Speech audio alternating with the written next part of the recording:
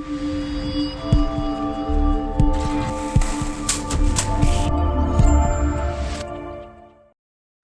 right. Good afternoon and welcome to the Middle East Forum's weekly podcast series. My name is Anaf Kalam and I will be filling in for Stacy Roman today as your moderator for this discussion. We are pleased to have Bruce Bechtol, professor of political science at Angelo State University, join us to discuss North Korea and the Middle East. Mr. Bechtol will speak for 15 minutes, followed by 15 minutes of Q&A from the audience. Should you wish to ask a question, please use the Q&A box located at the bottom of your screen to type your question. And with that, I will turn the discussion over to Mr. Bruce Bechtol. Bruce? All righty. Well, hello, everybody. It's nice to be here. I'd like to thank the Middle East Forum for inviting me, and I'd also like to put out a special shout out to my good friend Jonathan Spire in Israel. And I'm here today to talk about North Korea's role in the current instability and violence that's occurring in the Middle East. And we all know about their support for Iran, their proliferation to Iran in many ways. But we don't talk a lot about their proxies. So that's really what I'm going to focus on today, although I'd be happy to answer any questions about Iran during the Q&A period. So I'm going to start with the proxy that's been getting the most attention since October 7th, and that's Hamas. In my book, in this book, which is coming out backwards on the screen, North Korean military proliferation in the Middle East and Africa, that I published in 2018, I had several pages in there where I talked about the role that North Korea played in getting weapons to Hamas. In 2021, in the National Interest, I wrote an article about that again, which didn't get very much attention. Although most people who look at the Middle East and who look at North Korea, especially when it comes to counterproliferation, realized that North Korea was proliferating to Hamas beginning around 2009, when a 35-ton shipment on an aircraft was interdicted in Thailand, and that shipment consisted of largely rockets and RPGs, and the Israeli government at the time said that the shipment was bound for Hezbollah and Hamas, and Iran appears to have been the go-between. Fast forward to 2014. Of course, those of you who look at the Middle East a lot, which is mostly everybody here, know that the relationship between Hamas and Iran has been on again, off again, and in between about 2012 and 2017, they reportedly were not getting financed by Tehran. Thus, in 2014, the Hamas folks negotiated the deal for themselves. In 2014, a deal was brokered through a Lebanese front company in Beirut that involved the sale of thousands of rockets and communications gear. It appears that at least up to 2018, other deals occurred as well. In 2018, in Malaysia, the Israelis assassinated a Palestinian engineer who was running arms deals with the North Koreans for communications components used in rocket guidance systems, specifically 122 millimeter systems for the most part. One of these shipments, there were several, was actually interdicted by the Egyptians in 2018. Well, what weapons specifically does Hamas have that the North Koreans sold them? Well, they've got 122 MRLs, multiple rocket launchers, the actual launchers, and rockets. We know this for sure because in this last violence since October 7th, according to the National Intelligence Service of North Korea, spent 122 millimeter shells have been found with the words Bang 122 on them, which is Hangul for 122 millimeter casing. And only the North Koreans make those. The South Koreans obviously do not. The F-7 rocket-propelled grenade, many of those have been captured that were provided by the North Koreans to Hamas. Not only does it have a distinctive red circle that goes around the front, but when my good friend Jiha Ham of the Voice of America went to Israel in December and met with Israeli Defense Force officials, they actually showed him trigger mechanisms with Hangul, Korean writing on them for this F7 RPG. So it's not a smoking gun; it's a smoking howitzer. The North Koreans have also sold Hamas the Bolse. Bolse in Korean, by the way, means firebird. They've sold them the Bolse laser guided ATGM, anti tank guided missile. And this is very similar to a Russian version of the same thing, except the Russian version is wire guided. So the fact that this is laser guided makes it specifically North Korean. They've sold a lot of those, several of those to Hamas. Something that's perhaps more intriguing than anything else, North Korea has also provided technical support and training to Hamas for their extensive, now infamous tunnel networks, which, when looked at by experts in Israel, look almost exactly like the tunnels, for example, under the DMZ in Korea. So very, very interesting stuff. But what does all this mean? First of all, it means that North Korea, did you lose me? Is my screen still on there? Okay, first of all, it means North Korea will sell anything to anybody, including terrorist groups. Secondly, it means the governments of Israel and the USA must consider North Korea's military proliferation an existential national security threat, and a more proactive means of thwarting it should immediately commence, which has not happened yet. Third, it means that North Korea's strong ties to Iran also equate to strong ties to proxy state and non state actors that Iran supports. Thus, the road to destroying North Korea's illicit arms networks in the Middle East runs through Iran. Now, that assessment applies to all of the proxy state and non state actors that Iran supports. So I ask that you keep that in mind as I talk about the next three. Let me hit Syria first. Well, Syria was subsidized by the Soviet Union right up until 1991, sometimes more, sometimes less. But in 1991, after the end of the Gulf War, Syria was awarded several $billions, as most of you probably know, by the Saudis for fighting against Iraq. Syria used a huge portion of this money to place an order with the North Koreans for Scud-C missiles, hundreds of them. The North Koreans would later build a Scud-C fabrication facility in Syria. And this facility, much like the ones they have in Iran and in Africa and Egypt, was unable to function without North Korean parts and North Korean technical assistance. We see this in Iran as well, by the way, especially Iran. Later, the Syrians reached a deal with Pyongyang to purchase Scud-D missile systems, which they have been testing in recent years. During the early stages of the Syrian civil war and throughout the war, North Koreans were still on the ground in Syria, assisting Syrian forces and assisting the Scud-D systems. So after they lost that money from the Soviet Union and then didn't have any money from the Saudis left, who were they getting money from? It took Iranian money to go to Syrian entities to develop and upgrade Syria's many capabilities, many of them coming from and being developed by North Korea. Of course, perhaps the most striking of these military subsidies was the reported financing of Syria's nuclear reactor, of course, built with North Korean assistance, destroyed by the Israelis in 2007, which you can see described in detail, of course, in this book. So let's talk about specifically during the Civil War what was going on. Well, when a nation state fights a war, it uses up artillery and rocket systems. It loses armor in battle.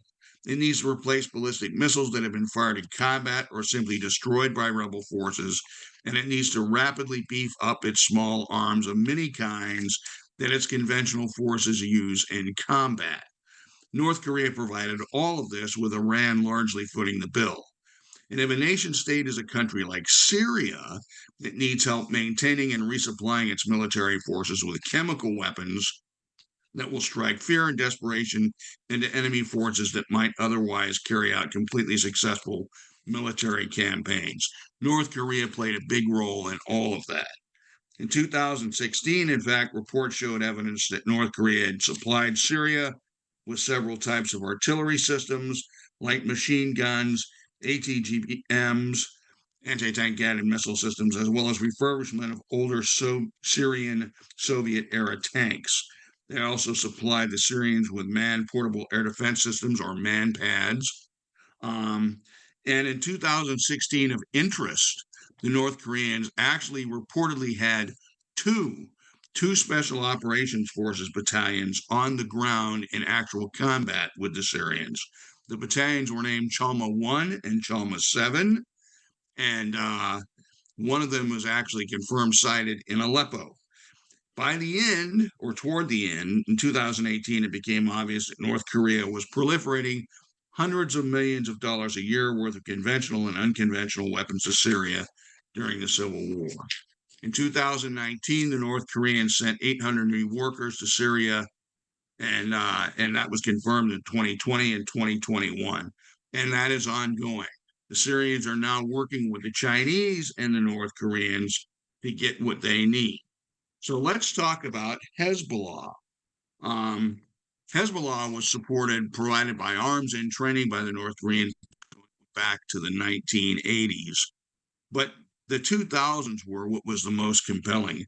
In 2006, it became obvious North Korea had aided Hezbollah in building a large underground network in southern Lebanon, a network that made it quite difficult for the IDF to inflict casualties on Hezbollah forces.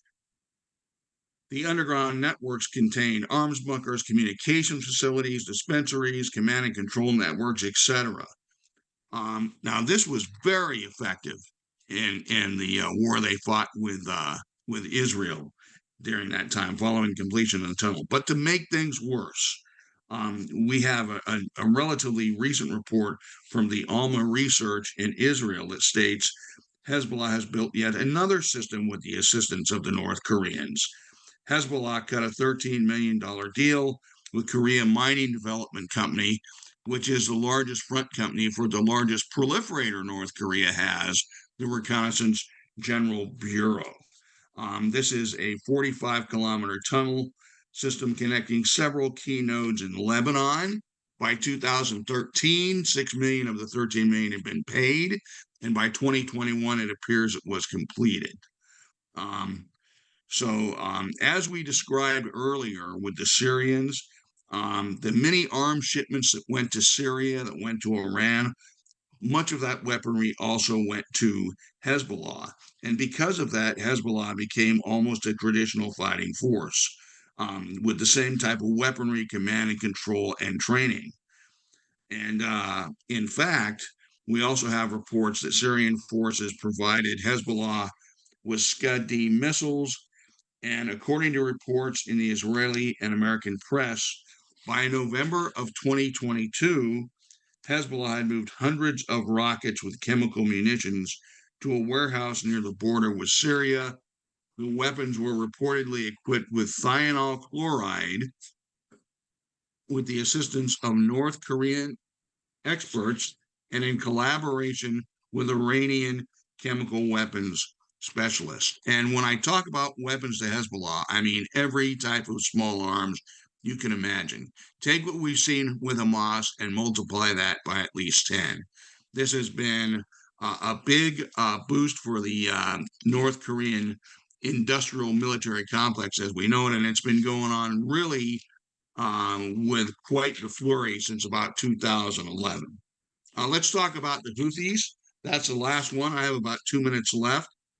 The Houthis had the Scud-Cs that the previous government had, the previous government had Scud-Cs. When the Houthis started gaining the advantage in the Civil War, they were able to capture many of those. But it would be like me and a friend of mine, hey, we captured some Scud-Cs. What do we do? Well, let's use a lighter and light it, and then No, it doesn't work like that.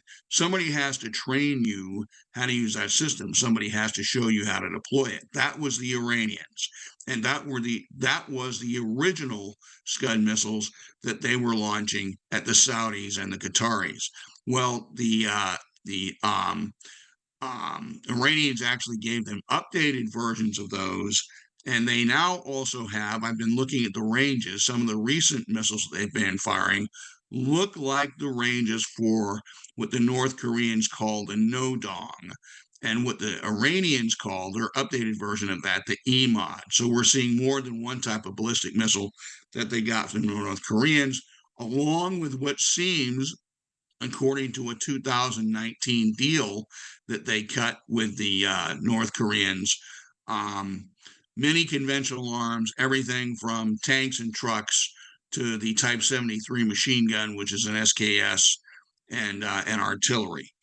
So that's all about the money from the North Koreans, and the North Koreans seem to be making a lot of it, either selling it directly to the Houthis or selling it to them through the Iranians. So I'll just stop there and open up for questions. Thank you.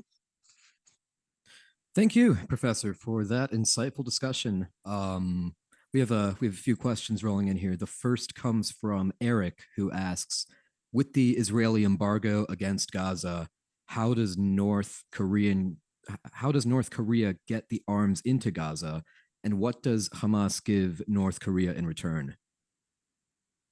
Well, that's a very good question. That's the question, right? Two ways, really. One way it probably isn't being done anymore because the Israelis uncovered it, and that was they actually had this underground tunnel, if you will, where they'd have these fake fishing boats would drop these arms into this thing in the Mediterranean. They'd get sucked up and go up into the Gaza Strip. Excuse me. It sounds incredible, doesn't it? But it worked until the Israelis caught them. The other way, the biggest way that they get arms into the Gaza Strip is they go into Sudan and up north through Sudan and then under through tunnels under the border between the Gaza Strip and Egypt. Obviously, when they can, the Egyptians have interdicted them. That's been an on again, off again, sometimes effective, sometimes not effective method.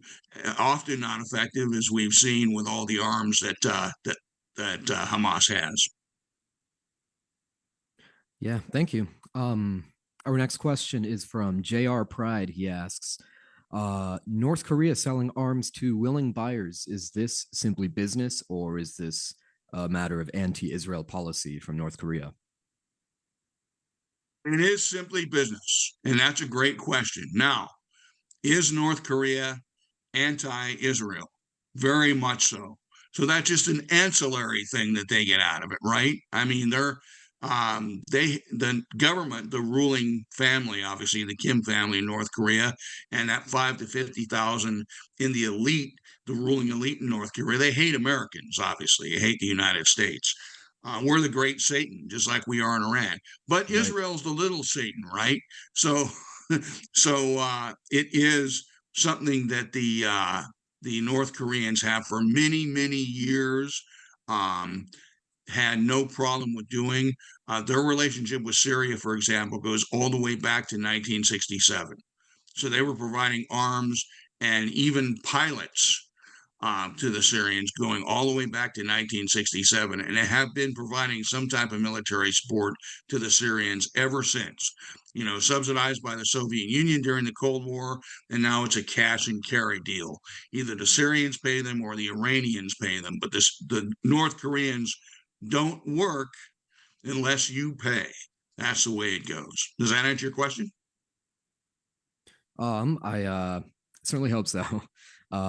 You've done fine. But our next question comes from Miss Lisa Bernard.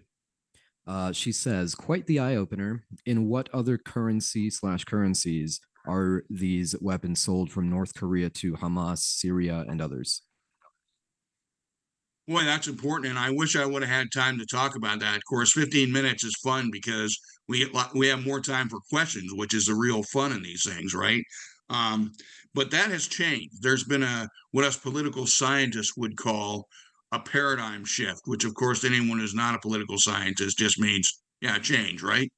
Um, and what has happened is North Korea has often used front companies, like, for example, what they did in building those tunnels for Hezbollah. They used the Korea Mining Development Company, which is nothing more than a front company for the Reconnaissance General Bureau.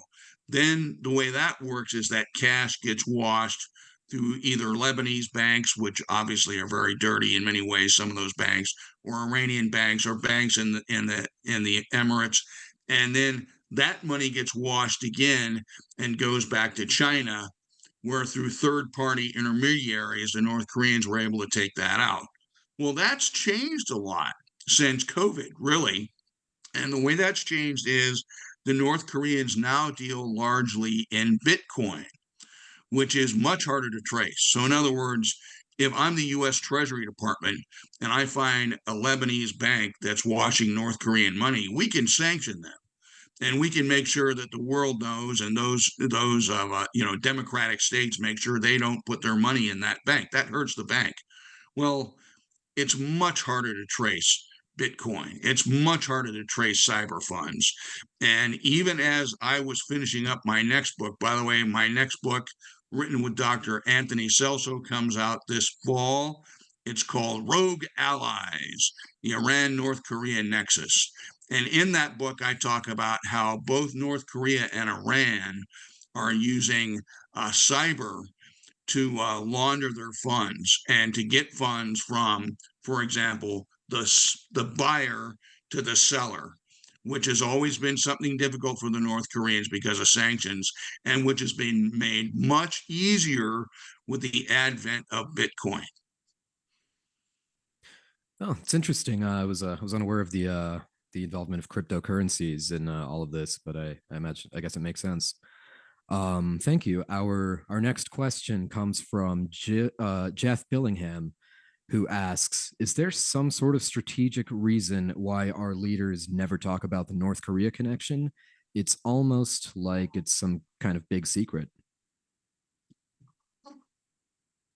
You guys are asking really good questions today. Um, I'll tell you what inspired me to write my fifth book that I held up twice. Of course, the writing was probably backwards when it showed up on the screen. One of the things that inspired me to write that book was in 2012, I was watching congressional testimony, and it was the commander of CENTCOM testifying before the Senate Armed Services Committee.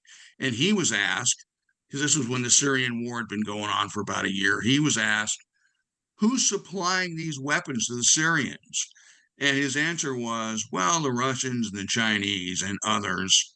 So I guess he didn't say the North Koreans were not doing it, but he didn't list them by name. And everybody knows North Korea was knee deep in supplying weapons to both the Syrians and the Iranians and Hezbollah during the Syrian civil war. So I don't know why the government has been slow to avoid that. At times, our government has been slow to point out what North Korea was doing because we were in quote unquote sensitive talks with them about their nuclear program. Well, how's that gone?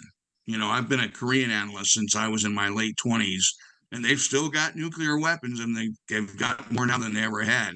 But there's always been a reason for us to avoid, stepping on their toes. I think that's gone now. Frankly, I think the United States government, whether you're a Democrat or a Republican, they're fed up with what the North Koreans are doing.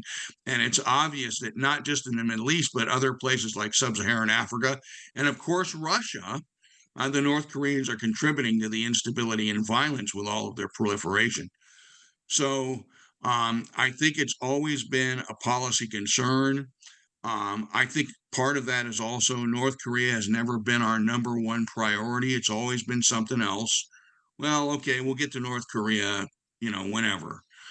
Meanwhile, in October 7th, we saw Hamas guys firing F-7 RPGs at kibbutzes that were made in North Korea. We saw them, shooting rockets at Israeli towns that were made in North Korea. So um, I agree with your question. Um, I think that this is unconscionable, and I'm hoping that the United States starts paying more serious attention the proliferation North Korea has been engaged in the Middle East, especially since about 2011. Thank you. Sorry, we have so many good questions coming in here. Um, Lisa Corin asks, what is the best approach to deal with the tunnels, especially on the Lebanese-Israeli border, but now almost straight from Iran to the Mediterranean? Well, that's a toughie. And I would, Jonathan Spire, as you know, we're both friends with him. He's also a reservist in the Israeli army, an armor officer, by the way. Hmm. This is a tough thing I mean, the U.S. dealt with this in Vietnam, having to go down in those tunnels. Remember that? For those of you who are old like me, I'm 64. Um, having to send guys down inside those tunnels and try and, get those guys and everything. It's tough. It's dangerous. And by the way, historians have now found that those tunnels in Vietnam, North Vietnam, and that the VC built were built with the assistance of the North Koreans. you can It just never stops. Um, but this is a big deal. And when we first started seeing the tunnels in Gaza, they looked much smaller than the tunnels in southern Lebanon, right? Which are quite big. They look like the same tunnels you see in Korea on the DMZ. Now we're seeing really big ones in Gaza, so that's a quandary. The best way to go after those tunnels is what Israel is doing right now, which is to go in and destroy them as they find them. Obviously, I'm a former, after I retired from the Marines in 97, I was an intelligence officer at DIA, as you all probably saw in my bio. And I would say this is a very big human thing. When you capture guys, having them show you the plans to the tunnels as best they can remember them, those kind of things are very important. If the Israelis were to take lessons from the South Koreans, who also have to deal with this tunnel thing, the seismic equipment and that kind of thing, which it appears the Israeli Defense Forces are already using, that plays a major role. But this is a big deal. I mean, that last tunnel system I was talking about, that was uncovered by an Israeli think tank, that's 45 miles long. 45 miles long. I mean, that takes a lot of troops to clear that thing up, a lot of bombing. And how do you know if you've been successful? And so this is going to be a very tough nut to crack, as Israel looks after its own self defense. One hopes that they don't go straight from fighting a war with Hamas to fighting a war with Hezbollah, as they did, 10 years ago, 8 years ago, because that would be very tough on the Israeli people and very tough on the army. But if they have to do so, it's just another factor that shows Hezbollah is way more developed militarily than Hamas. Oh, well, thank you. Our next question is from Robert Larrick, who asks, isn't this a good reason to stop Bitcoin or crypto to decrease criminal activity like this? Well, yes. um, eh, I gave away my age, by the way. I told everybody I was 64, although my wife says I don't look a day over 63. But I don't invest in crypto. I don't recommend anybody does. It's way too volatile. But it's also like the Wild West. I mean, when my partner in crime and I, Anthony Celso, he and I are the ones who we've just turned in our manuscript. It's going through peer review. Our book comes out this fall. When we started looking at the ways they were laundering their money, which is a key part of the picture, right? We were just stunned because we didn't realize that it's really the Wild West. Um, Nation states like the United States and Israel and South Korea and Japan are still trying to get their arms around how to regulate it. The international community is still trying to get its arms how to regulate it and how to work together. They don't know because it's all so new. And to exacerbate that, the international law enforcement community, people that the U.S. Treasury Department works with, and even the U.S. State Department, they're having They're trying to get their arms around how they actually regulate all of this. And it's become a real nightmare, but it's one that has to be solved because it is now on the record that more international crime has been conducted by North Korea using that cyber theft than any other entity on earth. Wow. So they are now the number one criminal in cyber theft, which is the one key way that they use it. The other key way is obviously to launder their own money. So, Well, thank you so much, Professor, for that presentation. We have quite a few more questions, and I wish we could get to all of them. But for now, we have come to the end of our podcast. Thank you again, Mr. Bechtol, for joining us today. For our viewers, please join us Wednesday at 3 p.m. Eastern for an Israel Insider Update with Alex Selsky. And before we sign off here, we would also like to let you know about our upcoming policy conference celebrating Middle East Forum's 30th anniversary. It's May 13th to May 15th in Washington, D.C. It will feature panels covering Israel victory, confronting threats from Turkey and Iran, countering Islamism and its challenges, and what actions we can take to bring lasting reforms into higher education. You can sign up for that conference on our website under the activities tab or by email at info@meforum.org. That is info, I-N-F-O, at meforum.org. We hope to see you all there. Thank you again for joining us, and we hope you have a wonderful day.